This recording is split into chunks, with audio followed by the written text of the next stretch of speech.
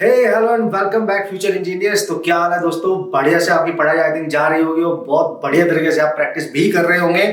आपको बताया सबसे पहले हम बात कर रहे हैं रे ऑप्टिक्स। ओके, तो लिटिल बिट जानकारी आपको है the study of light. Physics में जब हम लाइट के बारे में पढ़ना चाहते हैं तो उस पर्टिकुलर ब्रांच को हमने नाम दिया गया है ऑप्टिक्स। ऑप्टिक्स का एक फर्स्ट पार्ट है जो आप पढ़ने जा रहे हो, that is the ray optics. मतलब हम यहाँ पे मान के चल रहे हैं कि लाइट का जो पाथ होता है जब वो ट्रेवल कर रही है that is the straight path. Okay, इतना थोड़ा सा आप याद रखें बेसिक सा। ओके, अच्छा सर ठीक है, इसमें दो इंपॉर्टेंट पार्ट आपके आने वाले हैं। दैट इज फर्स्ट वन आपका रिफ्लेक्शन। ओके, मैं बोल रहा हूं आपको, बहुत ज्यादा बेसिक में मैं नहीं जा रहा हूं, मैं जस्ट रिफ्लेक्शन पे आऊंगा। उसके बेहतरीन से जो कॉन्सेप्ट है जो आपको पता होना चाहिए बेसिकली। तो आज हम रिफ्लेक्शन कवर करेंगे, दूसरा पार्ट आपका बनने वाला है रिफ्रैक्शन। ठीक है, that is the next part. तो आज हम बात करने वाले हैं दोस्तों रिफ्लेक्शन की। ओके, रिफ्लेक्शन की बात करनी बहुत जरूरी है, वो समझ लिया ना, बढ़िया से बेसिक से सीख लेना। पहला क्वेश्चन यहीं से बन के आ जाता है और बहुत फंडामेंटल कॉन्सेप्ट पे बेस्ड क्वेश्चंस पूछे जाते हैं। ठीक है, सो फंडामेंटल कॉन्सेप्ट एकदम क्लियर होने चाहिए, बस इतना मैं मान के चल रहा हूं कि आप इसको बढ़िया से बना के चलेंगे। मैं आपको ये नहीं बता रहा हूं, बस आपको मैं ये मान के चल रहा हूं कि आपको real object, virtual object, image and all, ये लिटिल बिट थोड़ी सी जानकारी आपने पढ़ रखी होगी, दैट्स इट। ओके, उतनी जरूरत आपको है। तो यार रिफ्लेक्शन की जब हम बात करते हैं, देखो क्लियर सी बात है, मैं यहीं पे आपको बताने की कोशिश करूंगा कि हम उन कॉन्सेप्ट पे फोकस करेंगे जिससे आराम से क्वेश्चन आप सॉल्व करके आ सकते हैं, हर टाइप का जो एग्जाम में पूछा जा सकता है मेंस में। ठीक है, कैटेगरी वाइज। तो यार वो बोलता है कि भाई रिफ्लेक्शन अगर करना है तो एक, अगर आपने कोई सरफेस लिया है तो उसको एक साइड से आपने क्या करना पड़ेगा, पॉलिश करना पड़ेगा। उसको रोकना है ना, आपने रिफ्लेक्शन करना है, रोकना है यार। तो यार एक सोर्स ऑफ लाइट हो सकता है, तो सोर्स ऑफ लाइट सर क्या मतलब, कुछ भी ले लो, जैसे कि बंदा बड़ा खुश है आज, यहाँ से लाइट हर डायरेक्शन में आ रही है, कोई टेंशन वाली बात नहीं है, ठीक है। तो ये लाइट जब इधर को आ रही होगी तो इस सरफेस पे भी कहीं ना कहीं टकराएगी। तो ये रूल हम जानते हैं कि यार जब भी लाइट कहीं से भी आती है इंसिडेंट होने के लिए और वो किसी पॉइंट पे टकराएगी, अंदर नहीं जा सकती, क्योंकि ये कैसा सरफेस है, non reflecting means polished. This is your polished surface. तो जब भी कभी कोई लाइट कहीं से आके किसी मीडियम पे टकराए, है ना, तो ध्यान रखना दोस्तों, सबसे पहले उस पॉइंट पे एक नॉर्मल ड्रॉ करना है, ये करना ही है। ठीक है, ये मेजरमेंट यहीं से इसकी ही रिस्पेक्ट में हम करते हैं। So there is a normal line basically which is perpendicular to this surface, जिसपे जो रिफ्लेक्टिंग है। अच्छा, ये वाली साइड कैसी है सर इसकी, ये रिफ्लेक्टिंग साइड है। यू कैन से this is your reflecting side. तो यार ये आने वाली जो लाइट है इस नॉर्मल के साथ ही मेजर करते हैं इसका angle, that is your angle of incidence. और वो ये बोलते हैं रिफ्लेक्शन में कि अगर वो उस पर टकराती है तो टकरा के अंदर ना जाके रिफ्लेक्ट होके इधर ही चली जाएगी, तो सेम एंगल से वो रिफ्लेक्ट होके इस साइड में जाएगी। और ये जो एंगल होगा इसको एंगल ऑफ रिफ्लेक्शन कहते हैं। तो जो लॉ ऑफ रिफ्लेक्शन होता है वो आपको बता देता है कि दोनों एंगल आपस में सेम है, क्यों है, कैसे है, अभी इसकी बात हम नहीं करेंगे, आपको अभी करनी भी नहीं चाहिए। ठीक है, तो यार अभी फिलहाल आप इतना ध्यान रखो जिससे हम क्वेश्चंस कर सके। क्रैश में हमें इतनी जानकारी लेके जानी है, जब हम डिटेल एनालिसिस करेंगे तो भाई बढ़िया तरीके से कर लेंगे, टेंशन नहीं है। ठीक है, ओके कूल सर, तो सही है। तो ये वाला जो एंगल है जो नॉर्मल के साथ बनाना है, this is your base line, जिसको आप नॉर्मल बोलते हो, आउटवर्ड डायरेक्शन में, इस तरीके से आप समझ लो लॉजिकली। आने वाली जो लाइट है जो इंसिडेंट करती है उसको पता है आपको, इंसिडेंट रे, और this is your reflected ray. बस आप थोड़ा सा पेशेंस रखो, बढ़िया कॉन्सेप्ट आने वाले, टेंशन नहीं है। ठीक है, ओके कूल। तो ठीक है सर, ये एंगल जो है ये दोनों सेम है, मतलब I इक्वल टू R आप देख सकते हो। तो ये इनका मेजरमेंट इसके साथ किया गया, ध्यान से समझना। अगर कोई लाइट इसी लाइन के अलोंग आ जाए, इसी लाइन के अलोंग आए अगर कोई लाइट, तो देखो उस लाइट रे और इस नॉर्मल के बीच में कोई गैप ही नहीं होगा, तो I जीरो नहीं हो जाएगा। तो भाई I जीरो है तो R भी जीरो हो जाएगा, आप देख सकते हो। इसका मतलब ये एंगल अगर आप I जीरो कर रहे हो तो R भी जीरो होगा। तो याद रखेंगे आप हमेशा, अगर कोई लाइट किसी सरफेस पर नॉर्मली डायरेक्ट टकराए, मतलब अलोंग द नॉर्मल, ये इंसिडेंट रे, देखो ये नॉर्मल के अलोंग है और ये 90 डिग्री पे टकरा रही है, इसका मतलब ये इस सरफेस के साथ 90 डिग्री बना रही है। लेकिन हम तो इंसिडेंट रे का जो एंगल लेते हैं वो नॉर्मल के साथ लेते हैं, सरफेस के साथ नहीं। नॉर्मल भी इसी लाइन पे है, तो दोनों के बीच का गैप खत्म। मतलब जब भी कोई लाइट रे किसी सरफेस पे 90 डिग्री पे टकराए, मतलब I हमेशा जीरो होगा, तो टकरा के वापस उसी रास्ते से आएगी, क्योंकि R भी जीरो होना चाहिए। So that will retrace its path. ये प्रॉपर्टी आप याद रखें, कहीं ना कहीं बढ़िया तरीके से आपको काम आएगी, 10th क्लास में भी बड़ी होगी, टेंशन नहीं है। ठीक है, ओके अच्छा जरा बताओ बात क्या है भाई, चाहते क्या हो आप? देखो भाई सबसे पहला क्वेश्चन जो बन के तैयार होगा दोस्तों, ऐसे सोचो कि ये जो इंसिडेंट रे है, ठीक है, ये ऐसे आ रही थी, वेरी इंपॉर्टेंट है ना। अगर ये सरफेस इसको ना रोक पाता तो ये सीधी चली जाती, लेकिन चूंकि ये टकराई और इधर गई तो मुड़ गई, तो कितनी मुड़ गई ओरिजिनल डायरेक्शन से, कितनी मुड़ गई, इसी को बोलते हैं deviation angle. This is called as your, कि इस प्लेन मिरर ने इस लाइट को कितना मोड़ दिया, this is the deviation angle. So this deviation angle you can calculate directly, मैं लिख रहा हूं यहाँ पे, वैसे तो आप देख सकते हो। अगर मैं इस लाइन से टोटल एंगल देखो 180 होएगा, सो पाई माइनस उसमें से ये सब्ट्रैक्ट कर दो तो ये मिल जाएगा आई प्लस आर। आप देख सकते हो तो deviation angle calculated as pi minus 2i, क्योंकि दोनों सेम होते हैं, या फिर आप लिख सकते हो पाई माइनस 2r, आप ऐसे भी लिख सकते हो, एक ही बात है। तो इस तरीके से आप देख लो, ठीक है। This is your deviation angle, मतलब इतने एंगल से वो बेंड हो गई due to reflection of at the plane surface. पहला point you have to remember about the deviation angle, this is important for us. दूसरा क्वेश्चन जो आईडी ने यहां से क्वेश्चन बनाया था और मेंस ने, जेई ने भी यहां से क्वेश्चन बनाया था, तो भाई किस टाइप के क्वेश्चन यहां से डायरेक्ट पूछे जा सकते हैं, तो डेविएशन बेस्ड पूछे जा सकते हैं। दूसरा क्या है, अगर दोस्तों सबसे इंपॉर्टेंट पॉइंट, ये जो इंसिडेंट रे है ये एक वेक्टर फॉर्म में ये दे रखी है आपको, इंसिडेंट रे, सपोज करो उसको मैं एक वेक्टर मान लेता हूं, दिस इज ए वेक्टर, और जो रिफ्लेक्टेड रे है इसको मैं एक वेक्टर मान लेता हूं, दिस इज वेक्टर बी, और ये नॉर्मल है, इसको भी एक वेक्टर मान लो, एन का एन वेक्टर से ही रिप्रेजेंट कर दो, क्या जा रहा है हमारा, नहीं तो लेट्स सी ये वेक्टर है और ये भी एक वेक्टर है। तो बहुत इंपॉर्टेंट पॉइंट अगर आप यहां पे ध्यान से देखेंगे तो कभी कभी क्या होता है, if vector A is given, है ना, तो सपोज करो वेक्टर ए आपको दे रखा है, कुछ ऐसे मान लो आप आई कैप प्लस जे कैप प्लस के कैप, ठीक है, ये आपको दे रखा है, ठीक है, और वेक्टर बी यानी रिफ्लेक्टेड रे की वेक्टर आपसे इक्वेशन पूछ रहा है, इंसिडेंट रे की इक्वेशन आपको दे दी है, ये इंसिडेंट रे का वेक्टर दिया है और आपसे पूछ रहा है भाई रिफ्लेक्टेड रे का वेक्टर बताओ। ओके सो लेट्स सी, ये जो नॉर्मल है इसके अलोंग एक यूनिट वेक्टर है कोई एन कैप, ठीक है, इसके अलोंग एक यूनिट वेक्टर मान लो आप ऊपर को एन कैप और ऊपर डायरेक्शन में, तो रिफ्लेक्टेड रे की इक्वेशन अगर आपने लिख लिया, उसका वेक्टर आपने बी माना है दोस्तों, तो आप निकाल सकते हो वेक्टर ए माइनस ये फॉर्मूला आप याद रखिए 2 into vector A dot normal vector के अलोंग यूनिट वेक्टर और इनटू आपका unit vector. This formula you can remember to find that equation. आप डायरेक्ट भी कर सकते हो, कोई टेंशन नहीं है। कैसे सर? अगर आपको ये पता हो दोस्तों, ध्यान रखना, अगर आपको ये पता हो, देखो आप अगर आप ध्यान से देख सकते हैं यहाँ पे कि यार ये जो प्लेन आपको मिरर का दे रखा है ये किस प्लेन में है, लेट्स सी ये जो प्लेन है, ये जो प्लेन मिरर है आपको, अगर मैं इसकी बात करूं, ये प्लेन मिरर, इसकी हम अगर बात करें, ठीक है, ये प्लेन मिरर की बात करें, अगर ये किसी तरह सपोज करो एक्स वाई प्लेन में दे रखा है, सपोज करो ये आपने एक्स वाई प्लेन में दे रखा है, ये एक्स वाई प्लेन में दे रखा है, तो इस प्लेन के परपेंडिकुलर वाला जो कंपोनेंट होगा वो रिवर्स हो जाएगा, उसको हम रिवर्स कंपोनेंट एज्यूम कर लेते हैं। कैसे सर, मतलब क्या कहना चाहते हो? देखो ध्यान से, जब ये रे आ रही थी, आप बस इसको फोकस इस पे करना है, जब ये रे आ रही थी तो अगर ये इसका वेक्टर ये है, देखो ये ए वेक्टर माना है, तो एक कंपोनेंट इधर जाएगा और एक कंपोनेंट इसका इधर जाएगा। लेट्स सी मैंने एक्स माना है और ये एक्सिस मान ली मैंने वाई, थोड़ी देर के लिए मैं ऐसे समझो, आपको ज्यादा मजा आएगा, और ये वाली जो एक्सिस है इसको मान लेता हूं मैं जेड, है ना, क्या जा रहा है हमारा, क्या जा रहा है, ठीक है। तो यार ये जो वेक्टर ए है, ये वेक्टर जो ए मतलब इंसिडेंट रे आ रही थी, उसका एक वेक्टर इधर जाएगा रिजॉल्व करने पे, एक इधर जाएगा, और ये जेड एक्सिस है आपकी, आप ध्यान से समझना, एक्स एक्सिस वाई एक्सिस का नेगेटिव और ये जेड एक्सिस है, क्लियर है। अब जब रे रिफ्लेक्ट होके ऊपर को गई तो उसको अगर मैं रिजॉल्व करूं यहां से, तो देखो एक वेक्टर इधर गया, एक इधर गया, और ये तो एज इट इज रहा, तो ये x रहा, ये y रहा और ये z रहा। It means that will depend upon कि प्लेन आपने कौन सा माना है। अब आप देखो, जब इंसिडेंट आ रही थी तो x की डायरेक्शन इधर है, रिफ्लेक्ट हो रही है तो x की डायरेक्शन अभी भी इधर ही है, कोई चेंज नहीं हुआ x की डायरेक्शन में।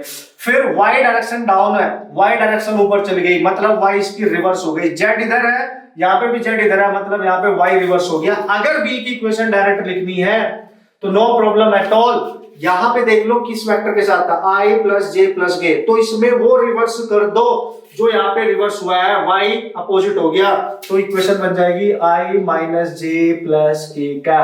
Simple, this is the equation. Okay, this is the equation. तो this is how you can find the value of the reflected ray in vector form. और इससे बहुत फायदा होने वाला है। कुछ ऐसे क्वेश्चन आ जाते हैं, बताओ इस इंसिडेंट रे का वेक्टर ये है और रिफ्लेक्टेड रे का वेक्टर ये है। अगर नहीं दे रखा है तो यहाँ से हम कैलकुलेट कर सकते हैं। वैसे तो वो दे भी देता है, नहीं भी देगा तो कर लेंगे फिर नॉर्मल के अकॉर्डिंग। आप वेक्टर गिवन होगा तो उसके अकॉर्डिंग आप एज्यूम करके बना सकते हो, यहाँ से बना सकते हो, इस इक्वेशन से कैलकुलेट कर सकते हो, टेंशन नहीं है। ठीक है, ओके तो फिर एंगल आपसे पूछ सकता है, बताओ इंसिडेंट एंगल क्या है, या फिर डेविएशन एंगल क्या है, या फिर एंगल ऑफ रिफ्लेक्शन क्या है। ये क्वेश्चंस आपसे पूछे जा सकते हैं, जो कि पूछे भी गए हैं एग्जाम में। मैंने बोला पूछे भी गए हैं, तो कंसेप्ट याद रखना जरूरी, बताऊंगा अप्लाई कैसे करोगे। सो एक important concept you have to remember this guys, and if you have to calculate the angle between incident and the reflected, यानी इंसिडेंट का वेक्टर मैंने ए माना है, रिफ्लेक्टेड का वेक्टर क्या माना है, बी माना है। अगर एंगल निकालना है दो वेक्टर के बीच, तो याद करो dot product A dot B is equal to AB cos theta. Put this and remember this theta is what? आपको ध्यान से एक चीज और यहाँ पे नोट करनी है। जब ये मिरर था, लाइट इंसिडेंट ऐसे आ गई थी, वेक्टर ए ये था और इसके साथ जा रही है वेक्टर बी ये, और ये एंगल बन रहा है आपका आई, ये एंगल बन रहा है आपका आर। आप ध्यान से समझेंगे तो आपको पता है ये ए डॉट बी हम कब लेते हैं, ये वेक्टर का तो हेड है, इसकी टेल है। या तो उसको रिवर्स करो या इसको जब आगे बढ़ाओगे तो भाई इसका टेल और इसकी टेल इधर जा रही है, तो उनके बीच का एंगल डेल है। तो यहां से अगर आप एज इट इज ले रहे हो डेल लोगे, अगर आप as it is vector use कर रहे हो। So this is your deviation angle. और एक बार डेविएशन एंगल निकल गया तो यहां पुट करके आप इंसिडेंस एंगल निकाल सकते हो, टेंशन नहीं है। या अगर आप डायरेक्ट ए और बी के बीच में एंगल लेना चाहते हो तो इसको रिवर्स कर दो। अगर वेक्टर ए इधर था तो उसको रिवर्स करो, अब इन दोनों के बीच ये एंगल आ जाएगा 2i या 2r। तब आप यहाँ पे 2i पुट करोगे, a dot b equal to ab cos of 2i। तब आप 2i यूज करोगे। अब ध्यान से समझो मैं क्या करना चाह रहा हूं, ठीक है। वेक्टर टेल टू टेल लेते थे ना यार, तो a को रिवर्स करना पड़ेगा, फिर b के साथ डॉट प्रोडक्ट निकाल के यू कैन सॉल्व। ऐसे कर लो या ऐसे कर लो, आपकी मर्जी है, ठीक है। अगर जो वेक्टर दे रखा है एज इट इज यूज कर रहे हो तो भाई डेल आएगा, वहां से डेविएशन एंगल आएगा, इसको ध्यान रखना है। और वहां का यूज करके फिर आप निकाल सकते हो, इसमें पुट कर देना, आई आ जाएगा, टेंशन नहीं है। आर पूछेगा तो आर आ जाएगा, आई पूछेगा तो आई आ जाएगा, टेंशन नहीं है। This is your first concept. At least ये आपको पता होना चाहिए रिफ्लेक्शन में आगे बढ़ने से पहले। और जो मेन थिंग्स हैं वो तो हम कर ही लेंगे ना। रिफ्लेक्शन की जो मेन बात है भाई, एंगल इंसिडेंस एंगल रिफ्लेक्शन की सेम रहने वाला। रेगुलर सरफेस, इररेगुलर सरफेस, किसी भी टाइप का सरफेस होगा लोग वैलिड होएगा, ठीक है। इतना एटलीस्ट आपको अबाउट दिस पता होना चाहिए to solve the numerical problems. एक क्वेश्चन मैं डिस्कस करूंगा जिससे आपकी बेटर अंडरस्टैंडिंग बन जाए और आपको एटलीस्ट आइडिया लग जाए कि क्वेश्चन करना कैसे है। So here is the question, जल्दी से आप रीड करो, मैंने डाटा लिख लिया है, ओके। तो क्वेश्चन में क्लियर बोला है कि एक इंसिडेंट रे है, उसका वेक्टर दे रखा है आपको i कैप प्लस √3j/2, और जब वो रिफ्लेक्ट होके जा रहे हैं तो रिफ्लेक्टेड रे का वेक्टर दे रखा है i कैप माइनस √3j/2। और इसमें अच्छी बात यह है कि रिफ्लेक्टेड रे का वेक्टर दे रखा है, इसलिए टेंशन ही नहीं है। पूछ रहा है एंगल ऑफ इंसिडेंस बताओ, तो मैंने आपको क्या बोला था, एंगल ऑफ इंसिडेंस निकालने के लिए vector a vector b equal to ab cos of del. मैंने आपको बोला था अगर ये वेक्टर डाउन आ रहा है तो इनके बीच का एंगल ये होगा। तो a डॉट b करो, देखो a डॉट b यानी i डॉट i और बाय 2 भी है, कर लोगे ना। तो i by 2 dot i by 2, तो i डॉट i 1 हो जाएगा, that is 1/4 minus plus minus minus √3 और √3 यानी 3 बाय 2 to 4, ये भी तो होगा, इक्वल टू इसका मैग्नीट्यूड लो कितना आएगा, दिस इज व्हाट, इसका मैग्नीट्यूड आएगा बॉस 2 का रहेगा नीचे 4 4 4 1 इनटू इसका भी 1 एंड इसका भी कितना होना चाहिए, that is also 1 and cos of this is cos of del, ठीक है।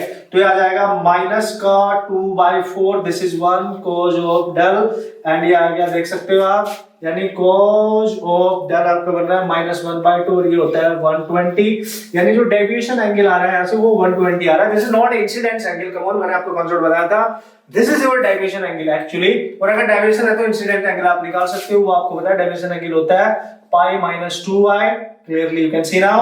So this is 2i is equal to 180 minus 120, तो 2i आपका आ गया 60 यानी i आपका आ गया 30। ऐसे आपने सॉल्व कर लिया incidence angle as well as this is the reflection angle, okay. But अगर इस वेक्टर को आप रिवर्स करके यूज कर लेते हो डॉट प्रोडक्ट से डायरेक्ट, फिर यहाँ से आपका i आप निकाल सकते थे। वो तरीका मैंने आपको, जैसे आपको अच्छा लगे वैसे आप सॉल्व कर सकते हैं। So this is how you can solve the type of problem। आपके एग्जाम में आ चुका है भाई, 2 बार इस टाइप के क्वेश्चन पूछे जा सके, आगे भी पूछे जा सकते हैं, ओके। ओके यार, बात कर ले उन सारे इंपॉर्टेंट प्रॉपर्टीज की प्लेन मिरर। अभी हम reflection at the plane mirror की बात कर रहे हैं ना, तो आप ध्यान से देखते रहना किस किस टाइप के सिचुएशन पे क्वेश्चंस पूछे गए हैं और पूछे जा सकते हैं। ओके, तो बाद में बात करेंगे स्फेरिकल मिरर की। तो यार सबसे छोटी सी एक बात अगर मैं आपसे पूछूं कि यार image formation by the plane mirror, भाई आप सबको पता होगा, कोई टेंशन नहीं है, मैं शक नहीं कर रहा हूं, बस थोड़ा सा याद दिला दे रहा हूं, ठीक है। This is your plane mirror. Okay, अगर इसके सामने एक ऑब्जेक्ट है दोस्तों, टेंशन नहीं है, how to draw the image. Okay, एक इमेज बनाने के लिए वी नीड एटलीस्ट 2 रेज। वैसे तो बहुत सारी रेज मिलकर एक इमेज बनाती है, बट कम से कम कितनी, 2 रे हमें चाहिए, ठीक है सर। तो कैसे करें, क्या करें, देखो भाई, अगर आप ध्यान से देखो दोस्तों, यहां से अगर एक रे मैं इस पे इंसिडेंट करूं तो वो इस पे 90 पे टकरा रही है, और अभी हमने पढ़ा था कि वो टकरा के वापस आएगी, ऐसा लगेगा कि कहीं पीछे से आ रही है, ठीक है, समथिंग लाइक दैट।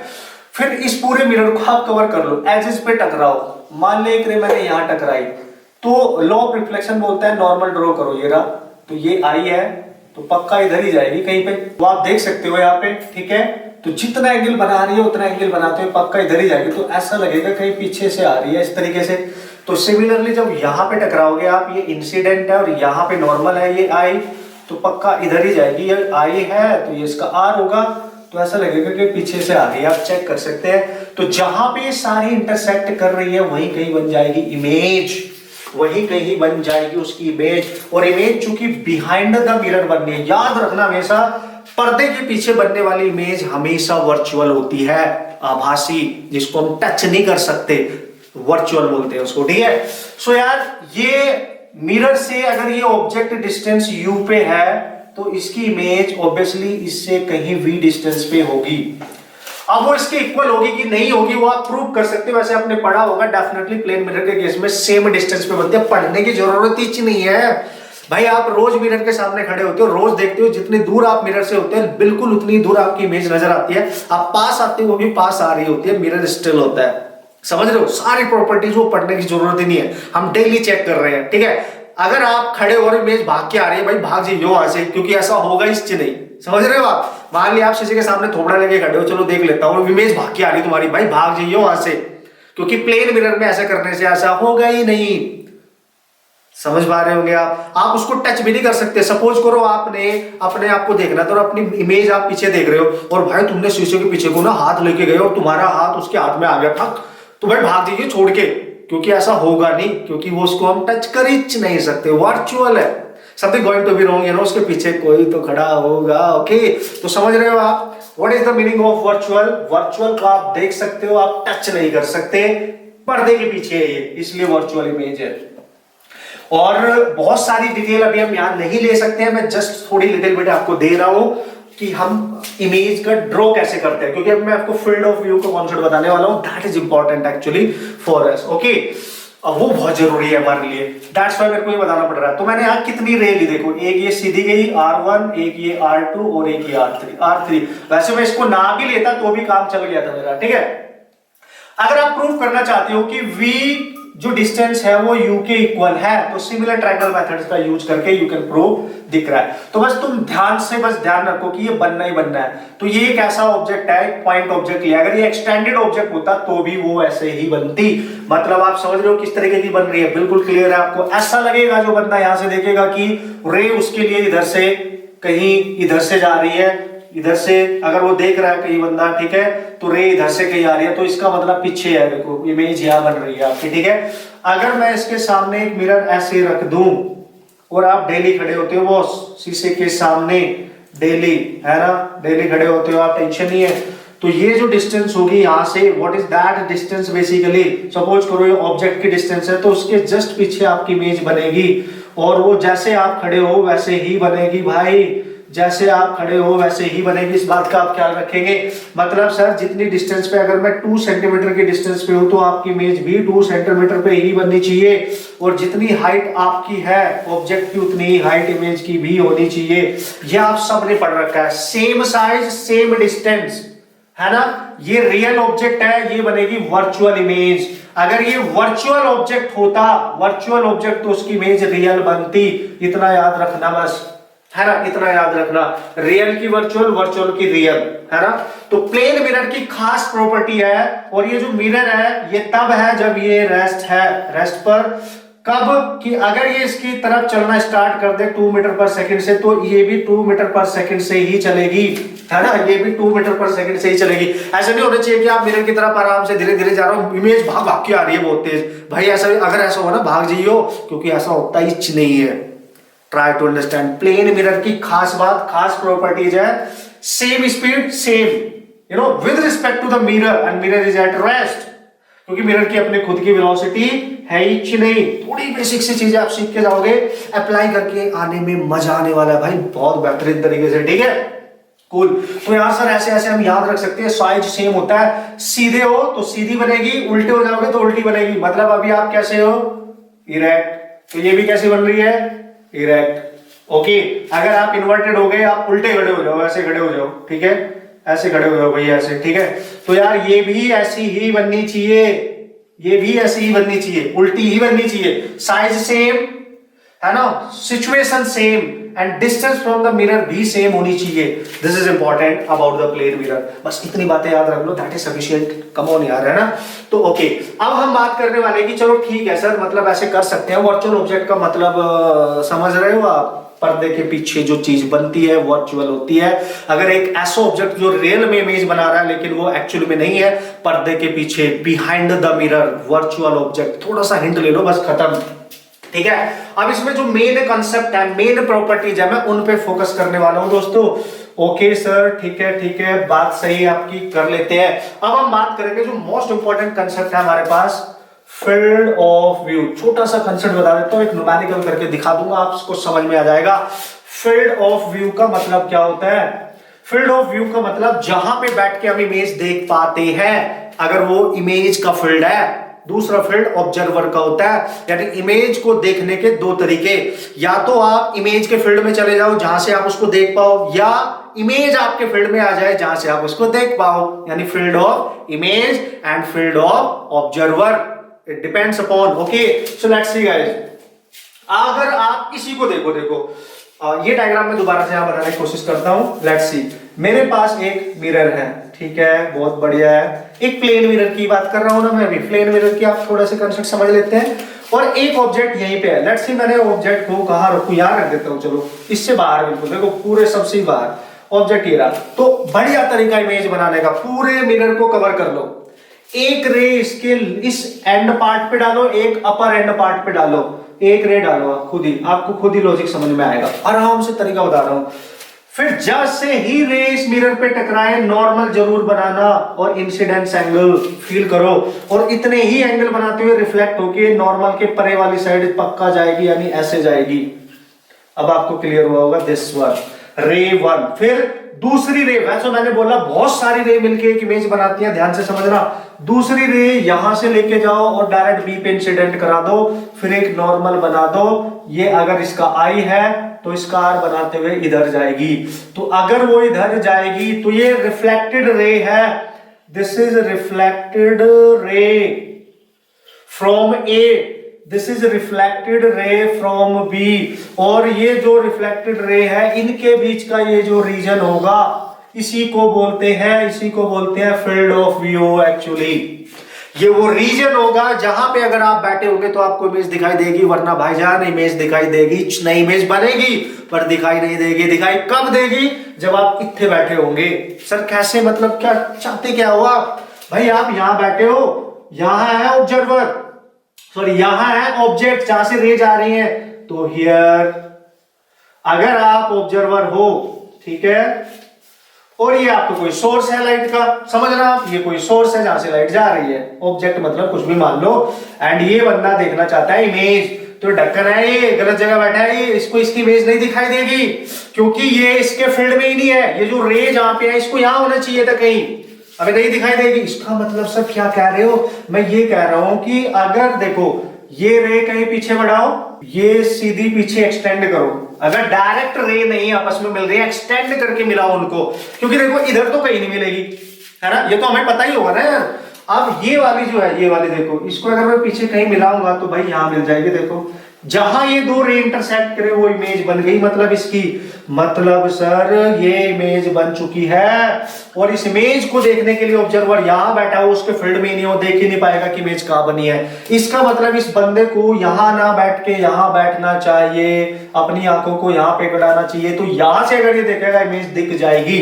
आप समझो मेरी बात, इमेज दिख जाएगी क्योंकि ये इसका फील्ड ऑफ व्यू नहीं है। इसका फील्ड ऑफ व्यू तो जब ये यहां से दिख रहा होगा तो इस तरीके से कहीं जाएगा, या तो इमेज इसके फील्ड ऑफ व्यू में बन जानी चाहिए। आप समझना, या तो इमेज इसके फील्ड ऑफ व्यू में बननी चाहिए, मतलब इधर कहीं इमेज होती है ना होके यहाँ, तो इमेज ना तो इसके फील्ड में है। तो अगर ये फील्ड है, ये फील्ड ऑफ ऑब्जर्वर है and this is the field of image, this is the field of image. आपको मेरी बात समझ में आ गई होगी। मैं क्या कहने की, एक डायग्राम और लूंगा, टेंशन ना लेने का बॉस, ठीक है। तो ये इमेज बन रही है लेकिन दिखाई नहीं देगी क्योंकि ये इसके ऑब्जर्वर इसके इस फील्ड ऑफ व्यू में नहीं है, जहां पे उस रीजन में नहीं है जहां पे इसको होना चाहिए था, इसको देखने के लिए उसके बाहर है। एक और लेते हैं, टेंशन नहीं बॉस, टेंशन नहीं है, ये ले सकते हैं। देखो अगर आप बोलो यार सर आपने बंदे को ऑब्जेक्ट को यहां क्यों लिया, यहां लो, वो सोर्स ऑफ लाइट यहां लो, ठीक है भाई ले लेते हैं। ये मिरर है, इसकी लेंथ है कुछ ए से लेके बी तक। तो मैंने क्या बोला आपको, पहले बी पे टकराओ, ठीक है, नॉर्मल बनेगा इतना एंगल, फिर वो इधर जाएगी, देख लो आप खुद ही। ये इसलिए सिखा रहा हूं, क्वेश्चन आते हैं ऐसे, हम उन्हीं पॉइंट पे फोकस करेंगे जहां से क्वेश्चन आएंगे, उसके अलावा मैं बात ही नहीं करने वाला आज कोई भी, बहुत छोटी बातों पे मैं जा ही नहीं रहा हूं आज, ठीक है। फिर दूसरी रे आप यहाँ पे टकराओ, फिर वो इधर जाएगी, देखो देखो क्या ये रे इधर लंदन में जा रही है, ये इधर कहीं इंडिया में जा रही है, तो ये रे कभी मिल पाएंगी? ये जो जहां जा रही है ये इनके बीच का रीजन, इसी को बोलते हैं field of view of image. Sir image का फील्ड कैसे हुआ, देख इधर तो कभी मिलेंगे नहीं, तो इमेज इधर तो बन नहीं सकती, इम्पॉसिबल। तो यार सर जब ये नहीं मिल रही है इधर, तो उनको मिलाना तो पड़ेगा इमेज बनाने के लिए। पीछे एक्सटेंड करो, एक्सटेंड करने से अगर कट करती है और एक्सटेंड करने से जब इमेज बनती है तो हमेशा वर्चुअल। थोड़े थोड़े हिंट दे रहा हूं मैं, डिटेल में नहीं जा रहा हूं, फिर भी दे रहा हूं, ठीक है, आप समझे। इमेज यहां बन रही है, तो यार देखो इमेज के सामने का सारा रीजन यही तो है, इसलिए इसको field of view of image बोला गया, ठीक है। अगर बंदा यहां बैठ के देखेगा कोई भी ऑब्जर्वर यहाँ पे तो दिख जाएगी, अगर बंदा यहाँ पे बैठ के देखने की कोशिश करेगा तो वो उसके फील्ड ऑफ व्यू में है ही नहीं, इसको बिल्कुल भी दिखाई देगी नहीं, ये बावला होता रहेगा, कुछ नहीं पता चलेगा इसको, ठीक है। सो यहाँ नहीं बैठेगा, यहाँ बैठ जाए, कुछ नहीं बैठेगा भाई, इसके अंदर ही बैठना पड़ेगा, इधर बैठ कोई फर्क नहीं पड़ता, ठीक है, इमेज दिखाई नहीं देने वाली। अब आई थिंक लिटिल बिट आपको कंसेप्ट समझ आ गया होगा, how to solve a most important point. तो सर हम मुद्दे की बात कर ले, यस मुद्दे की बात करनी है ना boss. To solve numerical problems based on field of view concept, okay ध्यान से समझना, बेहतरीन चीज बता रहा हूं boss. Use actually try to use similar triangle method. Similar triangles, दो सिमिलर ट्रायंगल ढूंढो, प्रॉपर्टी अप्लाई करो, जो गणित में पढ़ते हो आप यूज करो, फोड़ दोगे क्वेश्चन फटाक से, बहुत जल्दी है ना, बहुत जल्दी। एक क्वेश्चन मैं वही कराने वाला हूं, कोई अदर नहीं करा रहा हूं, जो आपके एग्जाम में ऑलरेडी 2 बार आ चुका है आईआईटी में, आपके जेईई के एग्जाम में 2019, जिससे थोड़ी आपकी रिलेटिविटी अच्छी हो जाए, आप कनेक्ट अच्छे से कर पाओ। वैसे तो कोई भी एग्जाम्पल लेके हम डिस्कशन कर सकते हैं, बट उसी के थ्रू करेंगे तो ज्यादा मजा आने वाला है ना, आपको क्वेश्चन भी हो जाएगा एटलीस्ट, ओके। तो ये कंसेप्ट है, बिल्कुल क्लियर होना चाहिए आपके माइंड में कि किस तरीके से फील्ड ऑफ व्यू का ऑब्जर्वेशन करना। न्यूमेरिकल करने के लिए कॉन्सेप्ट मैंने आपको बता दिया, बेहतरीन सिमिलर ट्रायंगल मेथड का यूज करके आना बढ़िया से। वैसे तो बहुत तरीके होते हैं, ज्योमेट्री कुछ भी कैसे भी यूज कर लो आप, पर सिमिलर ट्रायंगल से बहुत क्विकली, बहुत आसानी से you can solve the type of problem जो इस टाइप की आएंगे। सर क्वेश्चन कैसे आएंगे अभी बताता हूं ना, एक क्वेश्चन लेंगे, फोड़ेंगे, फिर उसको पढ़िए, okay. Here is the question, आप रीड करो, केयरफुली रीड करो, डरने की जरूरत नहीं है, बहुत जल्दी सोल्व हो जाएगा, बहुत ही जल्दी। क्वेश्चन समझा देते हैं। उसने बोला एक मिरर है जिसकी जो लेंथ है वो d दे रखी है, और उसके सामने एक सोर्स है s लाइट का, जिसकी मिरर से डिस्टेंस है l, और मिरर से एक रास्ता है यहाँ पे 12 डिस्टेंस, अभी ये पाथ है कोई, और इस पाथ पे एक बंदा है जो चल रहा है, ठीक है। अब वो बंदा यहाँ से चलना स्टार्ट करता है, वो बंदा जब यहाँ से चल रहा होगा बोल रहा है कि ये जो सोर्स है, ठीक है ना, ये जो सोर्स है इसकी इमेज इसके इस रास्ते पे जाने पे इसकी इमेज इसको कितनी डिस्टेंस तक दिखाई देगी। एक चीज तो क्लियर है, जब ये चलता रहेगा एक पर्टिकुलर रीजन में ही दिखाई देगी, जहां पे जब ये इसकी फील्ड ऑफ व्यू में जाएगा इमेज के। ये हमने कॉन्सेप्ट सीखा है कि इमेज तभी देख सकता है जब वो इमेज के फील्ड ऑफ व्यू में जाएगा। पहले देखनी पड़ेगी ना इमेज कहां बन रही है। तो वो यही पूछ रहा है कि जब वो उसको इमेज दिखाई दे रही होगी, तो लेट्स सी वो बंदा यहां से चला और यहां से यहां तक तो दिखाई दे रही है, ना इधर दिखाई दे रही है ना इधर नीचे दिखाई दे रही है। तो ये डिस्टेंस निकालो ए से बी तक। पहले वो रीजन ढूंढना पड़ेगा ना, तो ध्यान से समझो इस टाइप के क्वेश्चन कैसे करते हैं।